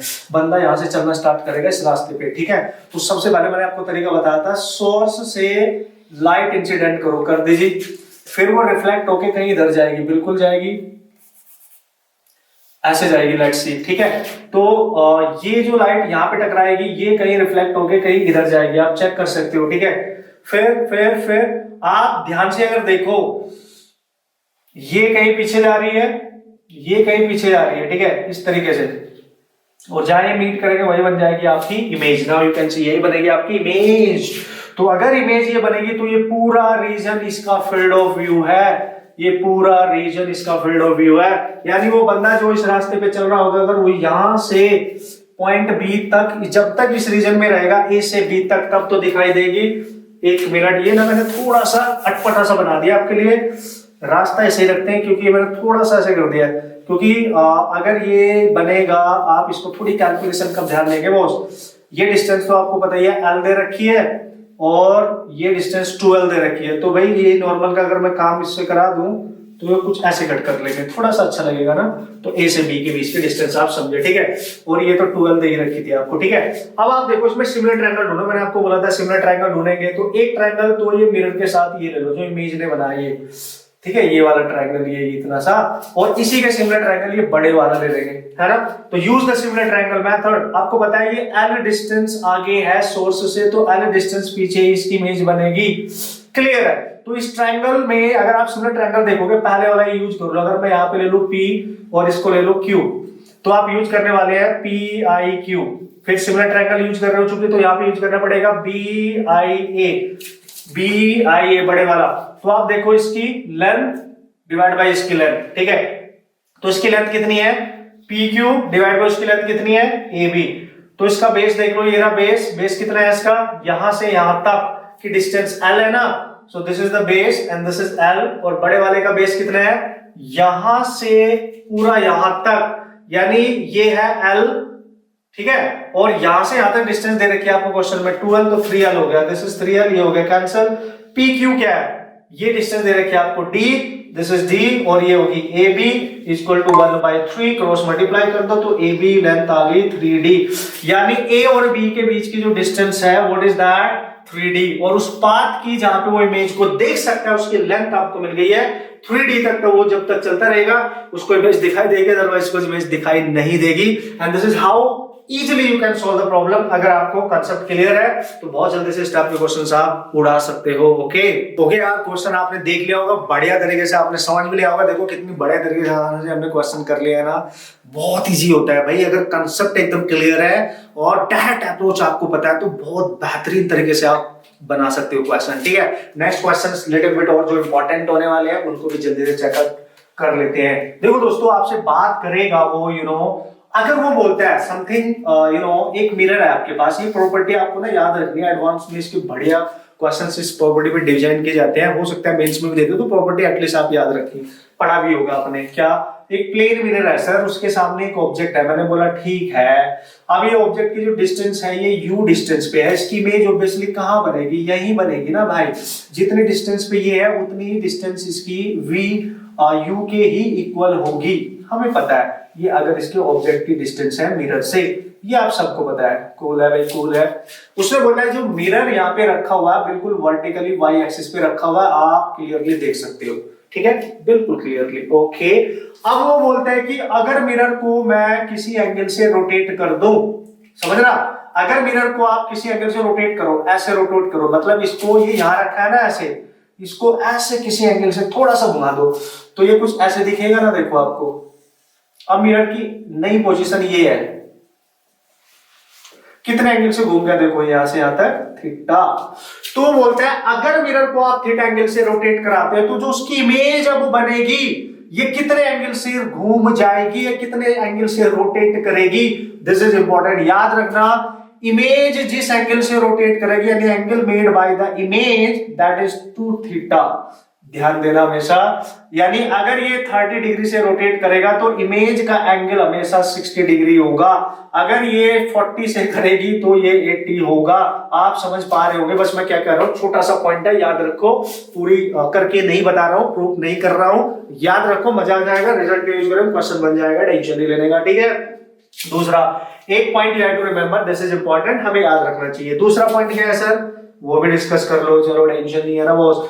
उसने बोला, वेरी इंपॉर्टेंट, उसने बोला व्हाट इज दैट, कि यार सर एक मिरर मेरे पास ये है, एक ये है। मैंने बोला ठीक है, और ये मिरर कुछ ऐसे है, ये कुछ ऐसे है, ठीक है ठीक है ठीक है ठीक है, बहुत बढ़िया। उसने बोला कि यार सर ये जो मिरर है ना, इनके बीच में जो एंगल है वो 120, नॉट 120, इतना तो मैंने गैप भी नहीं बनाया, 30 डिग्री मान लो, दिस इज योर 30 डिग्री। ये बोलता है मिरर M1 और दिस इज मिरर M2। तो बताओ इनके बीच में अगर कहीं एक ऑब्जेक्ट रखा है, ठीक है, ऑब्जेक्ट, ये ऑब्जेक्ट है, इसकी कितनी इमेज बनेगी, तो नंबर ऑफ इमेजेस। वैसे डायरेक्ट अभी तक क्वेश्चंस तो नहीं आए हैं, लिटिल बिट छोटा सा प्यारा सा कॉन्सेप्ट है, बेचारा जल्दी से कर लेते हैं ना यार डिस्कस। नंबर ऑफ इमेजेस कितनी बनेगी, how many number of images. तो भाई एक तो फॉर्मूले जो आप 10वीं क्लास से पढ़ते आ रहे हो, उनकी मैं अभी बातें नहीं करने वाला हूं, स्टैंडर्ड कंसेप्ट की बात करते हैं। सर इनके बीच में एंगल है 30 डिग्री, थीटा मान लो, दो मिरर है, इंक्लाइंड है 30 डिग्री पे, how many number of images are formed. So what is the बेहतरीन कंसेप्ट, सर्कल पे ही सारी इमेज बनती है, वो मैंने समझाने वाला हूं, तुम्हें समझने की जरूरत नहीं है, जो कॉन्सेप्ट बता रहा हूं उसी से क्वेश्चन हो जाएगा, टेंशन नहीं है। पहले M1 रख लो, लेट्स सी, ठीक है, और अब चेक कर लो दोस्तों यहाँ पे कि ये जो ऑब्जेक्ट है, क्वेश्चन में क्या बोला है कि डायरेक्ट 30 डिग्री दे दिया है, ठीक है, डायरेक्ट 30 डिग्री दे दिया है, या फिर उसका कुछ एंगल दे रखा है सिमेट्रिकली, अनसिमेट्रिकली, इस तरीके की कोई वैल्यू दे तो नहीं रखी है। अगर डायरेक्ट 30 दिया है तो नंबर ऑफ इमेज कितनी बनेगी निकालने के लिए 360 बाय थीटा, ये रेशियो चेक करो। अगर ये आ रहा है देखो 360 बाय थीटा 30 कैंसिल, 12 आ गया, ये इवन नंबर है। अगर ये इंटीजर है, पहले तो ये देखना कि क्या ये इंटीजर है, ठीक है, इंटीजर है, बिल्कुल है। सबसे पहले ये जो फंडा मैं यहां बता रहा हूं इंटीजर के लिए वैलिड है, ध्यान रखना। अगर ये इंटीजर है, बिल्कुल इंटीजर है, कंप्लीट नंबर है, पॉइंट्स में नहीं है, ऊपर से ये इवन है, तो जो नंबर ऑफ इमेज बनेगी, नंबर ऑफ इमेजेस, वो हमेशा होगी दोस्तों एक कम, एक को सब्ट्रैक्ट करना है, तो यानी 11 बनेगी डेफिनेटली। दूसरे तरीके से बताऊंगा, आप टेंशन मत लो, बस पहले याद रखो। अगर सर ये ऑड होता, 11 होता तो 11 ही होती, फिर वो 11 ही होती ऑड के केस में। तो ध्यान रखना, इस रेशियो से हमें ये पता चलता है कि जो नंबर आ रहा है वो इवन है या ऑड है। अगर वो पहले तो देखना है इंटीजर, और इंटीजर में अगर वो इवन हुआ तो नंबर ऑफ इमेजेस बनेगी जो 360 बाय थीटा को थीटा से डिवाइड करके उसमें से एक सब्ट्रैक्ट कर देना, और अगर ऑड नंबर हुआ तो जो रेशियो आएगा वही आंसर होगा, उतनी ही इमेजेस बन जाएंगी। ये आपने पढ़ रखा है यार, टेंशन नहीं है। बट अगर सिचुएशन में ट्विस्ट लाऊं तो वो बोलता है कि अगर ये M1 है और ये M2 है, और ऑब्जेक्ट को ऐसे रखा, इससे रखा 10 डिग्री पे और इससे रखा 20 डिग्री पे, अलग अलग एंगल डिसाइड कर दिए, तो अनसिमेट्रिकल हो गया ना। तो अब क्या करें सर, ये तो पंगा हो गया बॉस। यस, पंगा तो हो गया। अब देखो ध्यान से, सबसे पहले आप M1 को लिख लेंगे, फिर आप M2 को लिखेंगे, ठीक है भाई, ठीक है। फिर क्या करेंगे, M1 से कितने एंगल पे है ये ऑब्जेक्ट, 20 पे, तो उसकी पहली इमेज 20 पे बनेगी। M2 से कितने पे, 10 पे, तो भाई ये पहली इमेज बना दो दोनों की, 10 पे, इसकी बनेगी 20 पे। फिर इन दोनों के बीच नेट एंगल कितना है, ऑब्वियसली 30, क्रॉस करके इनके बीच 30 एंगल ऐड करते जाओ, 30 इसमें ऐड करो 50 हो गया, फिर इसमें 30 ऐड करो 40 हो गया, फिर इसमें 30 ऐड करो 30 ऐड करो, चलते रहो, कहां रुकूंगा बताऊंगा, 70 हो गया, फिर इसमें 30 ऐड करो 80 हो गया, फिर 30 ऐड करो 110 हो गया, फिर 30 ऐड करो 100 हो गया, फिर 30 130, फिर 140, फिर 130 ऐड करोगे 170, फिर 130 ऐड करोगे 160। अब देखो अगर आप फर्दर 30 ऐड करते हो तो ये 190 आ जाता है, और ये अगर 190 आ जाता है, फिर इसमें भी आप 30 फर्दर ऐड करते हो तो ये 200 आ जाता है। तो अगर लास्ट के दो एंगल्स जो भी बचेंगे उनमें फर्दर दोनों मिरर के बीच का एंगल ऐड करने पे वैल्यूज अगर 180 क्रॉस कर रही है तो वो कंसीडर नहीं करने। अगर 180 क्रॉस कर रही है तो वो एक्चुअल कॉन्सेप्ट के अकॉर्डिंग कंसीडर नहीं करने। तो आप देख सकते हो 160 और 170 में अगर फर्दर ये 200 हो रहा है, ये 190 यानी 180 से ज्यादा हो गया। सो लास्ट टू एंगल लो, ये रहा और ये रहा, चेक करो क्या सर, लास्ट के टू एंगल का सम करो पहले, ठीक है, प्लस जो मिरर के बीच में एंगल्स था उसको लो 30, इनका सम चेक करो कितना आ रहा है। देखो this is 30 and this is 2 and this is 360 degree. अगर लास्ट के टू एंगल और मिरर्स के बीच के एंगल का सम 360 एग्जैक्ट 360 हो जाए तो ये कंडीशन होती है, it means two images will coincide, दो इमेज इनमें से कोइंसाइड कर रही होंगी, और जब दो इमेज एक पॉइंट पे बनेगी, पहले की इमेज उसी पॉइंट पे दूसरे की, तो वो एक ही काउंट होगी, क्योंकि एक ही दिखाई देगी ना यार, कोइंसाइड कर गई है, एक ही चीज दिखाई देगी वहां पे। तो 360 अगर हो जाता है, लास्ट के टू एंगल्स का सम करना है, उनका ऐड करना है with the angle the between two mirrors, उसके साथ अगर 360 आ जाता है, कम होगा तो भी कोइंसाइड नहीं करेंगी, ज्यादा होगा तो भी कोइंसाइड नहीं करेगी, वो सब काउंट होगी।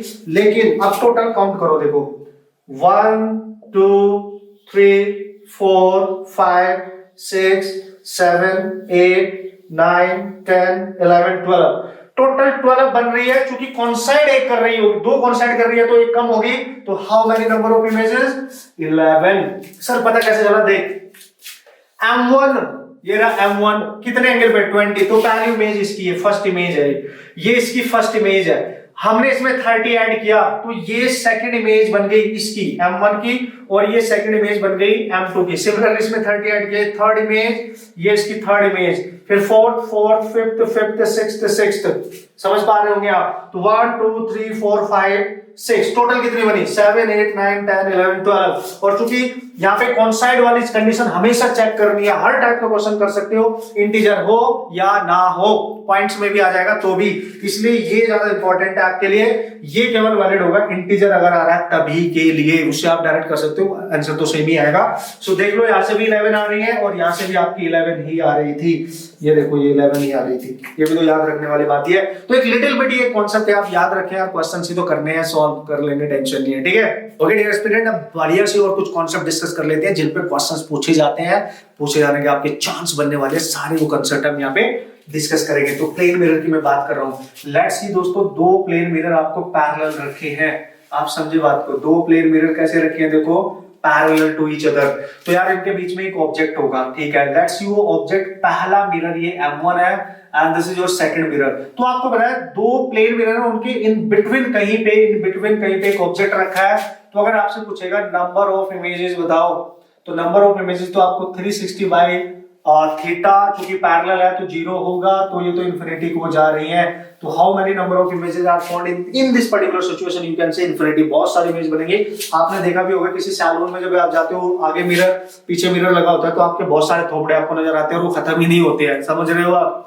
तो यार वो बोलता है कि बताओ यहाँ से कितनी इमेज बनेगी।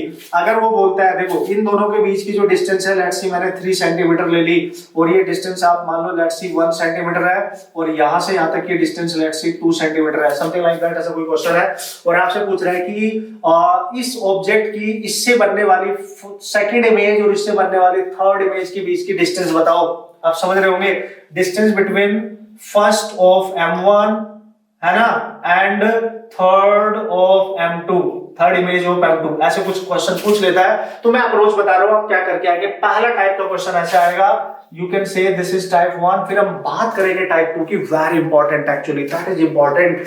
तो क्या करेंगे सर, देखो अगर आप इसके अंदर खड़े हो, यार ये चीज तो आपको क्लियर है, आप अपना थोपड़ा दोनों साइड में देख सकते हो, ठीक है, इधर देखोगे तो इसमें दिखाई देगा, और आपको पता है प्लेन मिरर की प्रॉपर्टी, आप कितनी दूर उससे 1 सेंटीमीटर, तो इसके जस्ट पीछे 1 सेंटीमीटर की पहली इमेज बनेगी आपकी, जो ये बना रहा है, और 1 सेंटीमीटर पे ही बनेगी। अगर आप इधर देखोगे तो इससे सेम डिस्टेंस अवे यानी 2 सेंटीमीटर की आपकी पहली इमेज बनेगी, जो ये बनाएगा, यानी दो पहली इमेज आपकी बन चुकी है, समझ रहे हो आप। अब बिल्कुल देखो ये जो इमेज है इसके तो बिहाइंड हो गई, लेकिन इसके सामने है, देखो अगर ये मिरर हटा दो मैं यहां से, तो इसके सामने है, तो ये इमेज एक्ट करेगी, act as an virtual object for M2 के लिए वर्चुअल ऑब्जेक्ट का काम करेगी। तो इस मिरर से इसकी डिस्टेंस चेक कर लेंगे, फिर से वो उसके बिहाइंड देख लो आप, ये 3 + 1 4, तो यहां से कहीं 4 सेंटीमीटर अवे है ना एक इमेज बनेगी जो I1 की होगी और ये 2 बनाएगा। ऐसे बनाते बनाते सबकी बनती चली जाएगी, बहुत सारी बनानी पड़ेगी।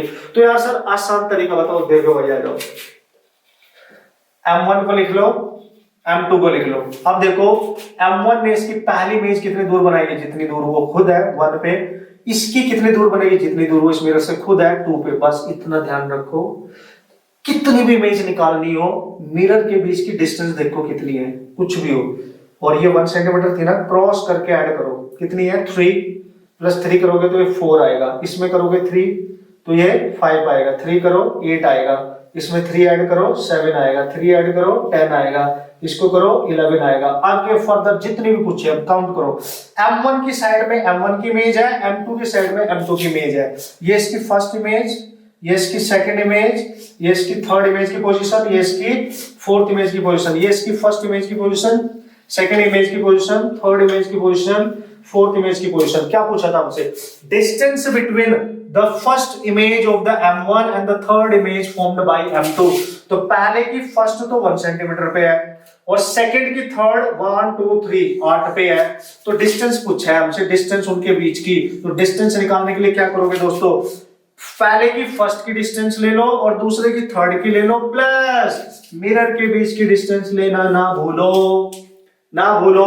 तो वो जरूर करनी है, फाइनल डिस्टेंस आ जाएगी आपके 1 + 9 + 3 that is 12 centimetre. You just remember this and this is your final expression to solve this type of problem। अगर इस टाइप के क्वेश्चंस आते हैं तो बढ़िया तरीके से आप सॉल्व करके आ सकते हो, टेंशन नहीं लेने का, ठीक है। Category 2 is important. Type 2 guys, type 2 you have to take the type 2, that is important। what is that sir? अगर उसने बोला 2 मिरर है, ध्यान से समझो भाई, उसने बोला 2 मिरर है, ठीक है, मैंने बोला ठीक है, दोनों की सेम लेंथ है, डेफिनेट लेंथ के 2 मिरर दे दिए हैं, लेंथ L है और दोनों के बीच की जो डिस्टेंस दी है लेट्स से D है, ठीक है, ऐसे समझो। वो बोलता है कि ये मिरर M1 है, ये मिरर M2 है, और मिरर M1 पे एक लाइट कहीं से आके टकराती है यहाँ पे और नॉर्मल के साथ कुछ एंगल बना रही है थीटा। समझ रहे आप मेरी बात को, थीटा एंगल बना रही है। तो यार देखो सीधी बात है, अगर वो इस पे टकराएगी तो फिर यहां से रिफ्लेक्ट होकर इधर जाएगी, फिर यहाँ पे एक नॉर्मल बनेगा, फिर रिफ्लेक्ट होकर इधर जाएगी, फिर यहाँ पे एक नॉर्मल बनेगा, फिर रिफ्लेक्ट होकर इधर जाएगी, और ऐसे ये सिलसिला चलता रहेगा। मल्टीपल रिफ्लेक्शन के बाद कहीं ना कहीं जब इनके एंड खत्म होंगे, दोनों मिरर की लेंथ वो बाहर निकलेगी। तो आपसे क्वेश्चन पूछेगा after how many how many number of reflections the light will come out from this combination। आप समझ गए होंगे क्वेश्चन क्या है, कि कितनी बार टकराने के बाद लाइट इस कॉम्बिनेशन से ही बाहर निकल जाएगी, इधर से या इधर से, जैसे भी निकले, पर कितने रिफ्लेक्शन कर चुकी होगी, 10 20 30 40 50। कैसे सॉल्व करें, ध्यान से समझो भाई, खुद ही देखो how you can solve the problem. देखो एक रिफ्लेक्शन की लेंथ देखो, वो मिरर की कितनी लेंथ कवर करेगी, देखो उसको कितने रिफ्लेक्शन कर रही, वो टोटल लेंथ कितनी कवर करेगी, आफ्टर ऑल टोटल डिस्टेंस कितनी कवर कर सकती है, वो जो मिरर की लेंथ है। जब वो यहां से आई, इस पे टकराई, तो टकरा के देखो इधर गई, तो यहां पे टकराई सेकंड मिरर पे, और जैसे वो यहां से जाके यहां टकराई, सेकंड लेंथ यहां से स्टार्ट हो रही है, एंड अगर ए है बी तो यही होगा, तो यहां से यहां तक सी पॉइंट ले लो, इतनी डिस्टेंस कवर कर चुकी है, देखो वाई मान लो उसको, ठीक है। और ऐसी ये और सेकंड में यूज करेगी, फिर थर्ड, फिर फोर्थ, और टोटल ऐसे ही करते करते करते ये एल को कवर कर जाएगी। अगर मैं इसको मिला दूं, यहां से ये थीटा है, ये भी थीटा ही होगा। और आप ध्यान से देखो, अगर जब वो यहां से रिफ्लेक्ट होके इस पे टकरा के आगे जा रही थी, तो यहां से टकरा के जब गई तो ये फर्स्ट रिफ्लेक्शन था, फर्स्ट रिफ्लेक्शन। आप समझे मेरी बात? यानी अगर आप ध्यान से देखो, डिस्टेंस कवर्ड, ठीक है, बाय रे अलोंग मिरर, ठीक है, मिरर के अलोंग आफ्टर फर्स्ट रिफ्लेक्शन। देखो जैसे यहां से टकरा के यहां गई, तो देखो इतनी लेंथ ऑलरेडी कवर हो गई थी। अगर मैं वो निकाल लूं, distance covered in first reflection, that is y. अगर मैं वो डिस्टेंस निकाल लूं एक रिफ्लेक्शन में, तो एक रिफ्लेक्शन में डिस्टेंस y है, तो n रिफ्लेक्शन में कितनी होगी, n टाइम्स हो जाएगी। और N1 में अगर वो y डिस्टेंस कवर कर रहा है, N रिफ्लेक्शन में Ny करेगा, यानी N रिफ्लेक्शन के बाद वो टोटल लेंथ L कवर कर लेगा, यानी N इंटू 1 की distance is equal to total distance cover हो जाएगी। आप समझो N आपने निकालना है तो ये आ जाएगा L बाई वाई, यानी एक रिफ्लेक्शन की जो डिस्टेंस है अगर मुझे वो मिल जाए तो मेरा आंसर आ जाएगा। और y आप यहां से निकाल लेना tan थीटा से, देखो tan थीटा आ गया परपेंडिकुलर ओवर बेस, और बेस मतलब यहां से यहां तक की डिस्टेंस d है दोनों के बीच की, तो दोस्तों ये आ जाएगी y बाई d, d ऊपर लेके जाओ, no no no no, this is y and this is d tan theta, ठीक है, this is d tan theta. तो यार नंबर ऑफ रिफ्लेक्शन का फॉर्मूला बन गया d tan of theta. Use this formula to solve the type of problem, you will get the direct answer. This is the way to approach this type of problem actually. Okay, so इस तरीके से आप solve करेंगे तो भाई मजा आ जाने वाला है, टेंशन नहीं है। कितने रिफ्लेक्शंस के बाद निकलेगी, लेंथ ले लेना जो मिरर की दे रखी है, दोनों के बीच की डिस्टेंस और थीटा कितने एंगल पे एक्चुअली इंसिडेंट कर रही है, हो जाएगा ना यार क्वेश्चन, टेंशन नहीं है। तो भाई ये सारे कांसेप्ट आपके दिलो दिमाग में होंगे तो बढ़िया से क्वेश्चन आप कर पाओगे। एक क्वेश्चन मैं आपको करके दिखाऊंगा जिससे आपकी बेटर अंडरस्टैंडिंग हो जाए। ओके, तो हियर इज द क्वेश्चन, जल्दी से रीड कर लो, डायग्राम मैंने बना दिया है और क्लियर जो मैंने कॉन्सेप्ट आपको बता दो उसी पे डिपेंडेंट ये क्वेश्चन। उसने बोला कि दो मिरर पैरेलली रखे गए हैं, दोनों की लेंथ है √2√3 मीटर और इनके बीच की डिस्टेंस है दिस, यानी इसको आप d मान लो, इसको आप L मान लो जो हमने माना था। एक रे आई, लेट्स ये मिरर 2 है, ये मिरर 1 है, मिरर 1 पे टकराते हैं, यहाँ पे 30 डिग्री का एंगल यानी थीटा दे रखा है। वो बोल रहा है after how many number of reflection the ray will come out from this combination. याद करो direct formula n equal to what is that, मैंने आपको क्या बताया था दोस्तों, L over d tan of theta. अभी हमने डिस्कस किया, तो L की वैल्यू पुट करो, डायरेक्ट पुट करो, तुम्हें कोई इसमें कैलकुलेशंस करने की जरूरत नहीं है। d कितनी है 0.2 इंटू tan थीटा यानी tan ऑफ 30। तो आपको दिख रहा है यहाँ पे n, ये 2 कैंसिल होगा, पॉइंट ऊपर 10 जाएगा तो tan√3, tan 30 होता है 1/√3, इसको ऊपर लेके जाओ तो दिख रहा है तुम्हें 3, दैट इज 30, यानी टोटल नंबर ऑफ रिफ्लेक्शंस कितने वो करेगी बाहर निकलने से पहले, दैट इज 30, यानी 30 बार इससे टकराएगी तब बाहर आएगी।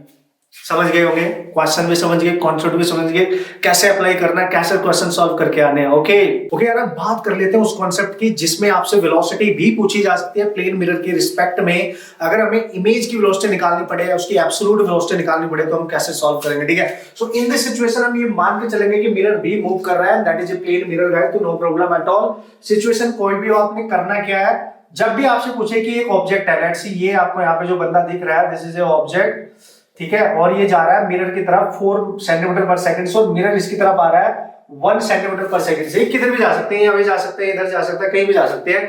कॉन्सेप्ट क्या यूज करना है, आप चूंकि यहाँ पे इस समय मिरर रेस्ट पे नहीं है, मूविंग है, तो velocity of image with respect to mirror निकालनी है, and that must be equal to किसके, minus of velocity of object with respect to mirror, means we have to take here the relative velocities। तो जब आप इसको relatively put करोगे तो velocity of image minus velocity of mirror, okay, equal to minus of velocity of object minus velocity of mirror। दोस्तों आप देख सकते हो उसको, इसमें हमने पुट अप करनी है सारी values with the proper sign. Okay, with the proper sign put all values using sign convention, using sign, ये ध्यान रखना बस आपने, ठीक है। इसके इधर लेफ्ट में जो वैल्यू जा रही होगी उनको नेगेटिव ले लेना, और इसके इधर जो वैल्यू जा रही होगी उसको बिहाइंड द मिरर, यानी राइट साइड में जो जा रही होगी पॉजिटिव एक्सिस तरफ होगी तो उनको पॉजिटिव ही लेंगे, और ये नेगेटिव एक्सिस है तो नेगेटिव ही लेंगे।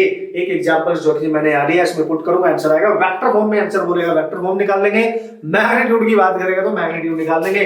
तो अगर मुझे यहां से देखो ये जो वी आई है बन गई है, ये एब्सोल्यूट वेलोसिटी है इमेज की, यानी इसको आप बोलोगे image velocity with respect to ground, और ग्राउंड तो नहीं चलता है ना, रेस्ट भी रहता है ना, that's why we can take the reference ground. Okay, तो यहां पे इसकी वैल्यू निकालनी है, लेट्स सी। ओके, वेक्टर में अगर निकालना चाहते हो तो वेक्टर में निकाल लेते हैं इमेज की, माइनस मिरर की वेलोसिटी चेक करो, मिरर जा रहा है लेफ्ट में, यानी इधर कौन सा वेक्टर माइनस आई कैप, तो 1 माइनस के साथ लेंगे आई कैप, समझ रहे होंगे आप, इक्वल टू माइनस हो, ऑब्जेक्ट किधर जा रहा है, इधर जा रहा है पॉजिटिव डायरेक्शन में, तो 4 आई कैप, डायरेक्शन तो आई कैप ही है ना।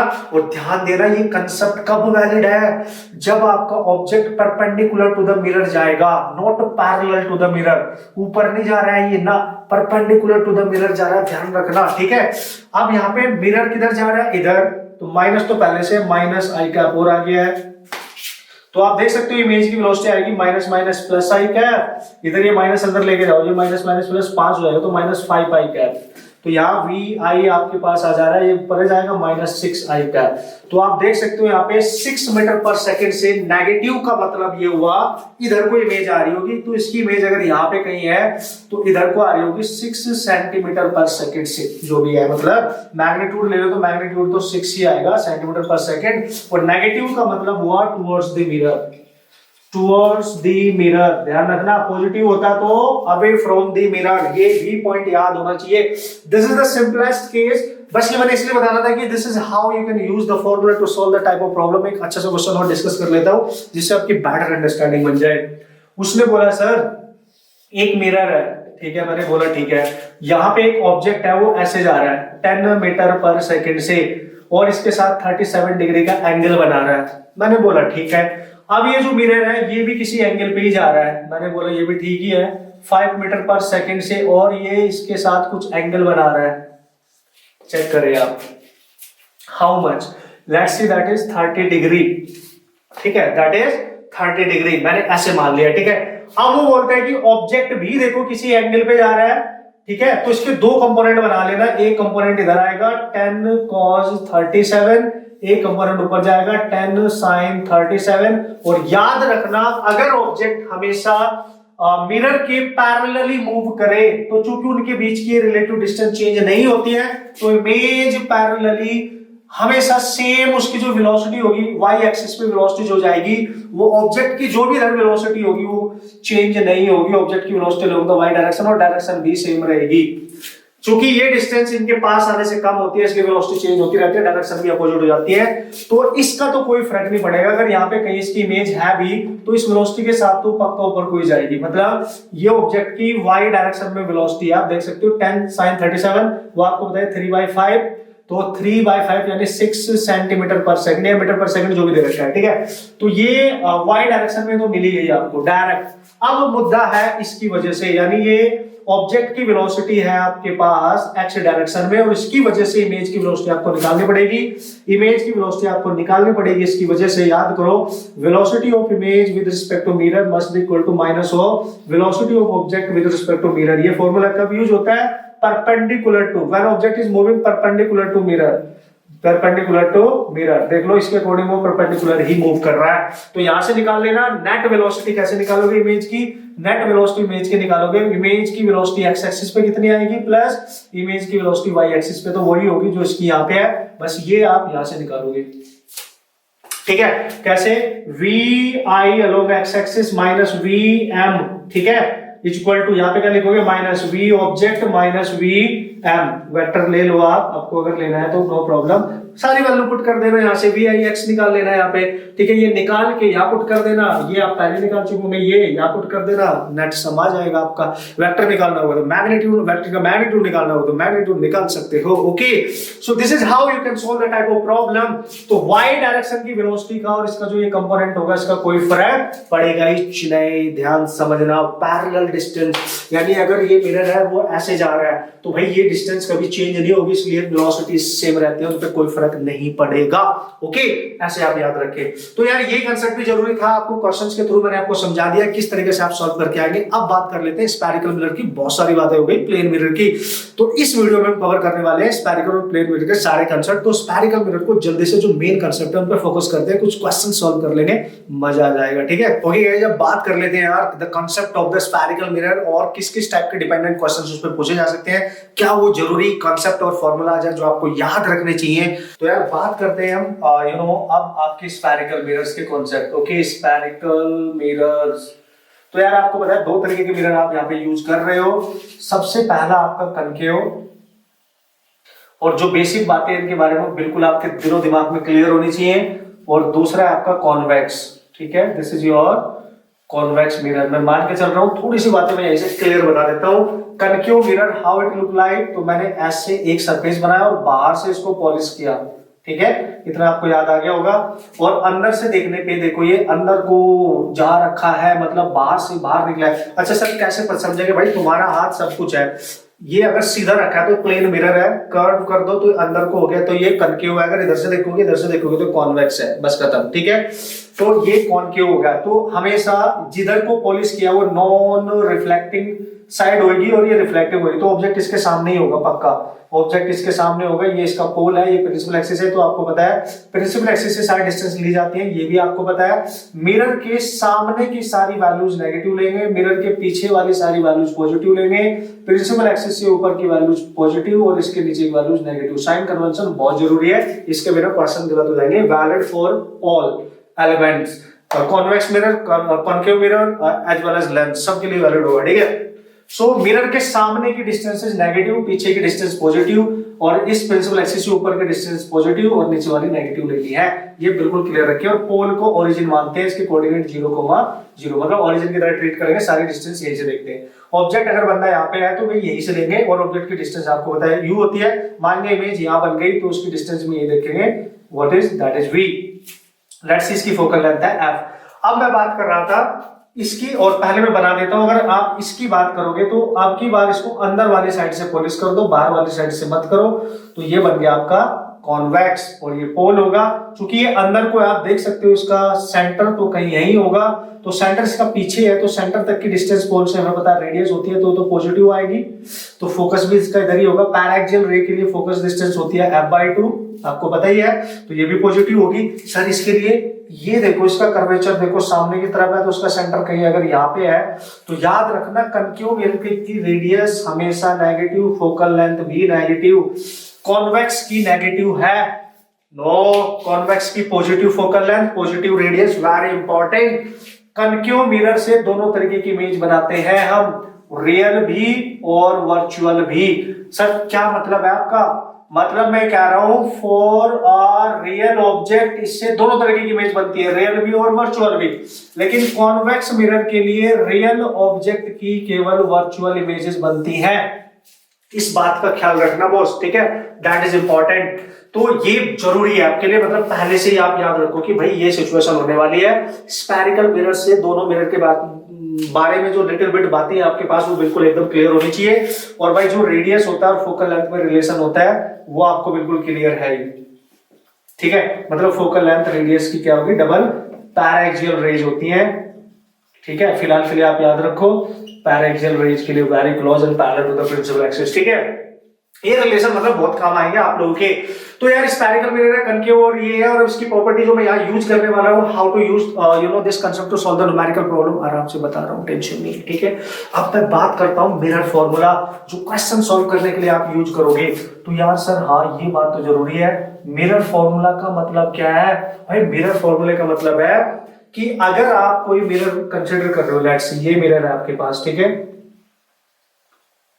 तो यार ऑब्जेक्ट इसके सामने कहीं ना कहीं तो रखोगे ना ऑब्जेक्ट। ठीक है, तो ऑब्जेक्ट की डिस्टेंस, सपोज करो इमेज यहां बन गई, तो इमेज की डिस्टेंस और इसकी फोकल लेंथ में एक रिलेशन जो आपने पढ़ा था बचपन से, उसी को मिरर फॉर्मूला नाम दिया गया, that is 1/f 1/v, okay, 1 + 1/u. This formula is very important and we have to use this formula to solve the problems.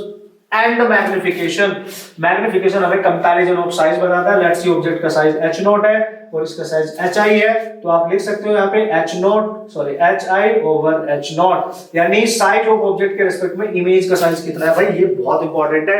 अच्छा सर, जो सबसे इंपॉर्टेंट एक्सप्रेशन इसमें होने वाले हैं जिनका यूज न्यूमेरिकल करने के लिए हम करेंगे, जिस पे फोकस करेंगे, थोड़ी सी बेसिक जानकारी मैंने आपको दे दी है कि किस तरीके से यूज करने वाले हैं हम। तो सबसे important mirror formula, how to use this, 1/v + 1/u, आप देख सकते हो, आप इसको ऐसे लिखो या f = uv/u + v लिखो, ये ध्यान देंगे। And we have to put all the values with the sign except the value we have to calculate. Suppose करो आपको v निकालना है, तो v निकालने के लिए u और आपकी वैल्यू साइन के साथ पुट करेंगे, प्लस है तो प्लस, माइनस है तो माइनस।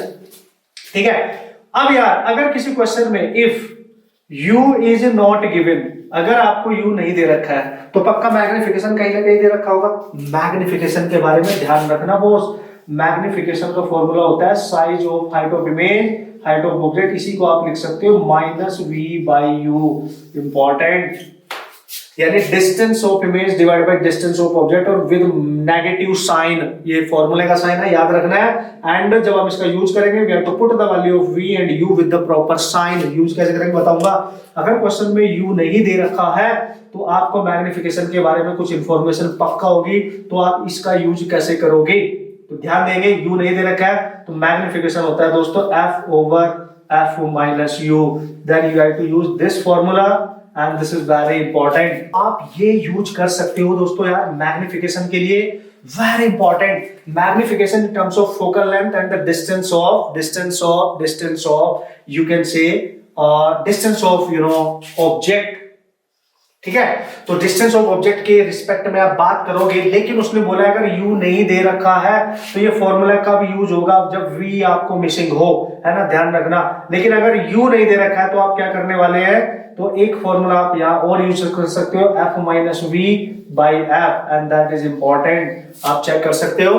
तो इस फॉर्मूले का यूज करोगे जब u मिसिंग हो, इस फॉर्मूले का यूज करोगे जब v मिसिंग हो, तो ज्यादातर आप इस फॉर्मूले का यूज यहाँ पे करने वाले हो to solve the numerical problems. इसलिए आपको डायरेक्ट ये फॉर्मूले भी पता होने चाहिए। हाउ टू यूज दिस वो मैं आपको क्वेश्चंस के थ्रू करके बता दूंगा।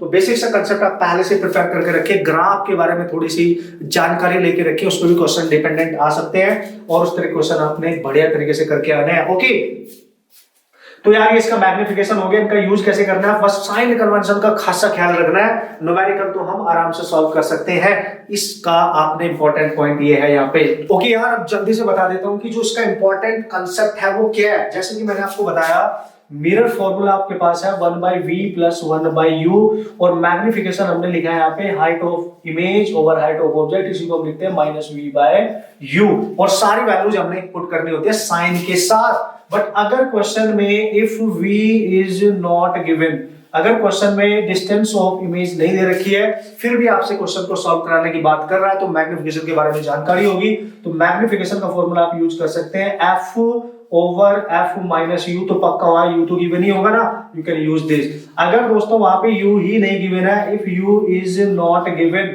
अगर u नहीं दे रखा है तो पक्का डिस्टेंस ऑफ इमेज की बात कर रहा होगा विद मैग्निफिकेशन, देन आप यूज कर सकते हो f minus v by f, this expression. ये बहुत इंपॉर्टेंट एक्सप्रेशन है, you have to use this expression to solve the problem. वो आपको क्लियर हो जाएगा, आइडिया खुद ही मैग्निफिकेशन और u की वजह से आपको क्लियर हो जाएगा क्वेश्चन कैसे करके आना है। ये जो भी मैग्निफिकेशन आप यूज कर रहे हो, आप देख सकते हो ये तब पॉसिबल है जब एक मिरर आपके पास है, लेट्स सी ये मिरर है आपके पास, और ऑब्जेक्ट जो है देखो ए बी जो ऑब्जेक्ट है वो परपेंडिकुलर है इसके, ठीक है, वो परपेंडिकुलर है, lateral magnification you can say, ठीक है। Whenever the object is perpendicular to the principal axis use these formulas. अब मोस्ट इंपॉर्टेंट केस, अगर दोस्तों आपका ऑब्जेक्ट कुछ ऐसे हुआ, ठीक है, ऑब्जेक्ट अगर कुछ ऐसे हुआ, आप समझना ये बहुत इंपॉर्टेंट है बॉस, अगर ऑब्जेक्ट कुछ ऐसे हुआ कि वो लेटा हुआ है अलोंग द प्रिंसिपल एक्सिस है, ठीक है, समझना ऑब्जेक्ट आपका ऐसे है, ठीक है, ये पॉइंट ए है और ये पॉइंट आपका बी है, तो ये दो तरीके के केसेस यहाँ बनते हैं। ये बहुत ही स्मॉल साइज का ऑब्जेक्ट है या लार्ज साइज का ऑब्जेक्ट भी हो सकता है, नॉर्मल ऑब्जेक्ट जो हम मानते हैं। तो कहने का मेरा मतलब अगर object along the principal axis है, लेटा हुआ है, ना कि ऐसे है ऐसे है, ठीक है, तो फिर आप क्या करोगे, तो यहाँ पे very important point is that इसको बोलते हैं लॉन्गिट्यूडनल मैग्निफिकेशन, एमएल का यूज करेंगे लॉन्गिट्यूडनल। अगर तो उसने बोला कि ऑब्जेक्ट इज, ये ए बी जो ऑब्जेक्ट है, A B object is small, very small actually, अगर तो उसने बोला वेरी स्मॉल है तो आप यूज करोगे -dv ओवर du, ठीक है, मतलब यहां से जो मैग्निफिकेशन आएगा वो v बाई u का होल स्क्वायर के इक्वल आएगा, यानी ये जो नॉर्मल मैग्निफिकेशन है उसके स्क्वायर के इक्वल आ रहा है, देखो v बाई u, इसकी वैल्यू आप पुट अप करेंगे तो आपका आंसर बनकर तैयार हो जाएगा, कोई टेंशन वाली बात नहीं है, ठीक है। इसकी वैल्यू v बाई u की वैल्यू आप निकाल के कहीं से यहीं से कहीं से यहाँ पे पुट अप कर सकते हो, और जो वैल्यू यहाँ से आप इस रिलेशन से आप निकाल सकते हो, इससे v बाई u की वैल्यू अगर आपने निकालनी है तो यहाँ से निकाल सकते हो, आप देख सकते हो। अगर मैं कॉमन ले लूं इससे तो ये बनेगा 1 बाई, मेरे को चाहिए v by u, okay v by u चाहिए तो 1 बाई v कॉमन ले लेता हूं ना इसमें से, देखो तो यहाँ बचेगा 1, यहाँ पे बचेगा v बाई u, और इधर चले जाएगा आपका f, तो मेरे को ये बन गया, देखो क्योंकि यहाँ पे v था तो बाहर आ गया, यहाँ पे नहीं तो ऊपर चला गया, तो ये उधर लेके जाओ, तो 1 plus v by u equal to आएगा what is that, this is 1 by f actually, so v by f आ गया ना, तो 1 minus v by f equal to आ जाएगा v बाई u। अगर मैं इसको पर लेके जाऊं तो ये परे लेके जा रहा हूं, ये मेरे को निकालना है, तो v बाई यू आएगा, इस वन को इधर लेके जाऊंगा, v by f minus one, तो v minus f by f, ये आपके पास यहाँ पे बन रहा है मेरे ख्याल से। तो इसकी वैल्यू आप यहाँ पे रिप्लेस कर सकते हो, v बाई यू की इस तरीके से वैल्यू आप रिप्लेस करके वैल्यू बना सकते हो, ठीक है। तो इस तरीके की सिचुएशन बनेगी तो आप बना सकते हैं, अगर ये बहुत छोटा है। लेकिन अगर इसका एक लार्ज ऑब्जेक्ट आपको यहाँ दे रखा है दोस्तों, है ना, तो आप क्या करेंगे, इस पोल से इसको अलग ऑब्जेक्ट मानेंगे, इसकी डिस्टेंस दैट इज u1 और इसकी डिस्टेंस दैट इज u2, ठीक है। फिर इसकी जो इमेज बनेगी, लेट्स सी इसकी इमेज यहां पे कहीं बनती है इस तरीके से, ये a डैश मान लेना, ये b डैश मान लेना, तो a वाले पॉइंट की इमेज की डिस्टेंस यहां से आप मानेंगे v1 और इस वाले पॉइंट की डिस्टेंस यहां से मानेंगे आप v2, ठीक है। तो इस वाले पॉइंट की डिस्टेंस अलग निकालनी पड़ेगी, इस वाले पॉइंट की डिस्टेंस इसको ऑब्जेक्ट मान के, इस वाले पॉइंट की डिस्टेंस इसको ऑब्जेक्ट मान के, और मिरर फॉर्मूला 2 बार यूज कर लेंगे, आंसर आ जाएगा, कोई टेंशन नहीं है। ये है आपका magnification, that is longitudinal magnification, और इसको निकालने का तरीका आप निकाल सकते हैं। लॉन्गिट्यूडनल मैग्निफिकेशन देखो कैसे निकाल सकते हो। अगर आपसे पूछ लेता हूं मैग्निफिकेशन बताओ, तो भाई v बाई यू होता है ना, तो v बाई यू मतलब आपको यहां पे निकालना पड़ेगा v2 माइनस v1, उसकी लेंथ लेनी पड़ेगी ना, v2 माइनस v1 डिवाइड में ऑब्जेक्ट का साइज कितना है u2 माइनस u1, और मैग्निफिकेशन तो नेगेटिव होगा। ये फॉर्मूला आप यूज करेंगे तब जाके आपका आंसर आएगा, मतलब आपको v1 और v2 निकालना ही पड़ेगा। एक बार b को ऑब्जेक्ट मान के यहां से यहां तक की डिस्टेंस लेना, इसकी फोकल अंदर रखिए, मेरे फॉर्मूला यूज करेंगे, क्वेश्चन करके दिखाऊंगा, टेंशन नहीं है। अप्रोच कैसे करना है, तो ये चूंकि लेंथ अब निकालनी पड़ेगी आपको, ये वाली लेंथ, ये कैसे मिलेगी, इसमें से इसको सब्ट्रैक्ट करोगे तो ये मिलेगी, देखो यहां से यहां तक v2 माइनस v1, और ये मिल जाएगी आपको यहां से यहां तक, no this not this one, ये साइज ऑफ द ऑब्जेक्ट यहां से मिल जाएगा u2 माइनस u1। समटाइम ये गिवन ही होता है, ज्यादा बेटर रहता है, वो दे देता है, तो फिर आसानी हो जाती है क्वेश्चंस को सॉल्व करने में। तो भाई ये ध्यान रखना है आपने, यहां से इस तरीके से आप सिचुएशन सॉल्व कर सकते हो। लेकिन अगर वो स्मॉल है, बहुत स्मॉल है, तो आप इसका डायरेक्ट यूज कर सकते हो। और ये v बाई यू तो माइनस m होता है, यानी m के स्क्वायर के इक्वल भी नॉर्मली आप लिख सकते हो, लेटरल मैग्निफिकेशन होता है लॉन्गिट्यूडनल, बट ये स्मॉल ऑब्जेक्ट्स के लिए होगा, ये आप इस बात का आप ख्याल रखेंगे। Okay, so this is how you can use the concept to solve the numerical problem. और कुछ क्वेश्चंस मैं डिस्कस कर लूंगा जिससे आपके क्वेश्चंस करने के तरीके एकदम क्लियर हो जाएंगे। ओके यार, एक छोटा सा कंसेप्ट और हम यहाँ डिस्कस कर लेते हैं, और हर टाइप का कंसेप्ट फिर आपको यूज करना आ जाएगा, एटलीस्ट वो जो हमारे मेंस के एग्जाम में पूछे जाते हैं।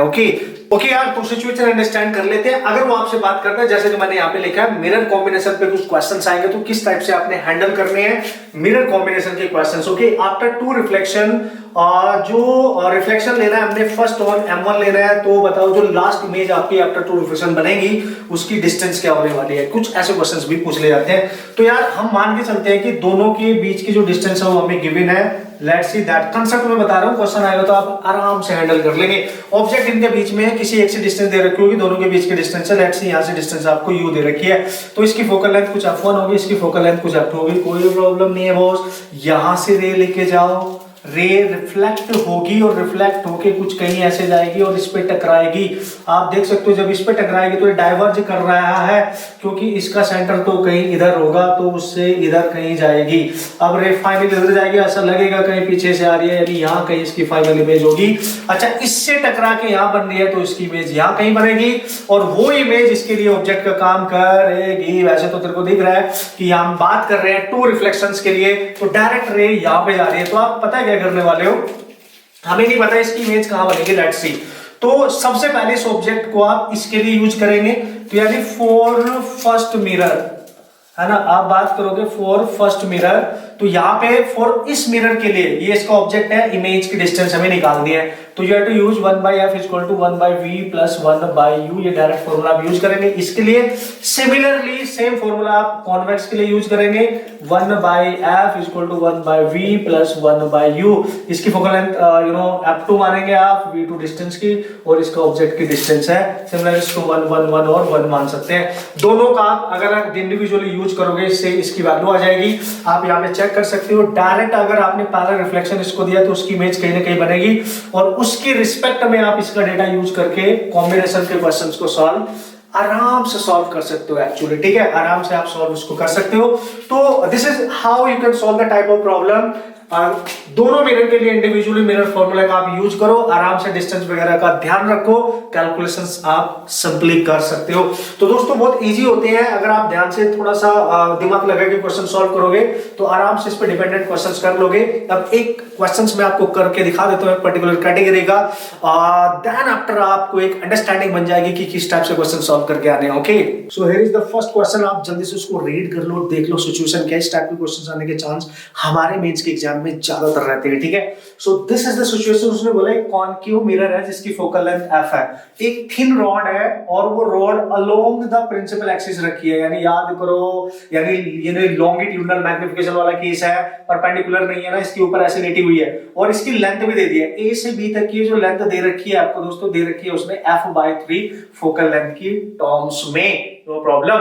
अब most important point here is that कि उसने बोला इसकी जो इमेज बनती है वो इसको टच करते हुए बनती है। याद करो, अगर हम इमेज बनाना चाहते हैं टच करते हुए, लेट्स सी मैंने इस तरीके की सिचुएशन आपको समझाने के लिए ली, एक ऑब्जेक्ट लिया ए बी और पोल से इसकी डिस्टेंस है दोस्तों u, तो इमेज इसकी इसको कब टच करेगी, जब ये सेंटर पे होगा, इसी के नीचे बनेगी सेम साइज की, याद करो, इसी के नीचे टच करते हुए, जस्ट टच कर रही है अगर, तो इसी को टच करेगी। मतलब ये वाला एंड अगर ये ऐसी है और ये रिवर्स हो जाएगी ऐसे, तो इसकी जो इमेज बनेगी इस तरीके से, इलोंगेटेड बन रही है बट वो इससे ज्यादा बड़ी बन रही है, बट इसको टच कर रही है, तो ये वाला एंड लेट्स इसको टच कर गया, तो ए और ये डैश ए डैश सेम हो गया, तो ये इधर जाएगा बी डैश।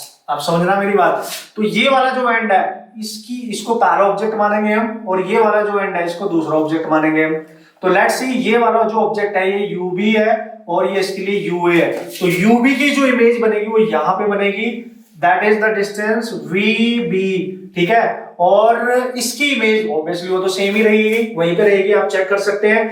उसने बोला कि मैग्निफिकेशन बताओ इसका मैग्निफिकेशन, तो मैग्निफिकेशन मैंने आपको बताया था minus of magnification VB minus, मतलब मुझे मैग्निफिकेशन के लिए क्या चाहिए, इसकी इस वाले एंड की डिस्टेंस कितनी है, इस वाले एंड की डिस्टेंस कितनी है, उनके बीच का डिफरेंस, मतलब आप समझ गए होंगे लेंथ ऑफ इमेज ऐसे लिख लो ओवर लेंथ ऑफ ऑब्जेक्ट, ये आपको बस पता होना चाहिए, मैं डायरेक्ट फिर हम सॉल्व कर लेंगे, टेंशन नहीं है। तो सर क्या करें, क्या करें, तो भाई इसकी तो टोटल पता है। अब आप ध्यान से रखो, अगर ये फोकल लेंथ f है इसकी और ये एंड इसको टच कर रहे हैं, इसका मतलब ये सेंटर ऑफ कर्वेचर होगा इसका, अगर ये सेंटर ऑफ कर्वेचर होगा तो ये UA ऑटोमेटिकली 2f नहीं हो जाएगी, अगर ये सेंटर है तो ये R है, R फोकल लेंथ की डबल होती है, 2f आएगी डायरेक्टली, देख रहे हो आप, और ये B की डिस्टेंस भी डायरेक्ट आ गई, देखो 2f माइनस f/3 यानी 2f माइनस f/3 यानी 5f/3, क्लियर है।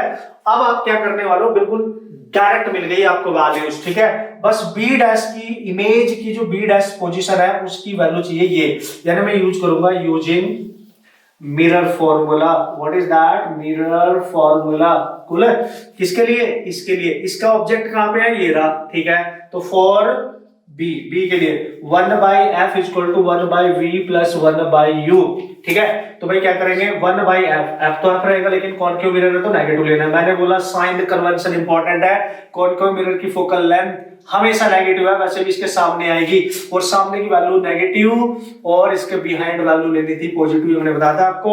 v निकालना है, VB एक्चुअली प्लस u क्या है उसके लिए, UB, और UB की वैल्यू कितनी है, देखो पोल ही है ना, पोल से देखते हैं डिस्टेंस, तो यहां से यहां तक की डिस्टेंस कितनी है 5f/3, और सामने है तो नेगेटिव, तो you have to take here minus 1/f equal to 1/VB, और माइनस आ जाएगा, चूंकि इसकी वैल्यू आप लोगे 5f/3 की नेगेटिव, तो ये आएगा 5f/3, इसको इधर लेके आओ, तो यार इसको जब आप इधर लेके आएंगे तो 1/VB आ जाएगा माइनस 1/f प्लस 3 ऊपर जाएगा, 5/3 नीचे बचेगा, तो 1/VB दोस्तों आपके आ गया, यहाँ पे एलसीएम आ गया 5f, तो यह आएगा माइनस का 5 plus 3 and this is what minus 2/5f।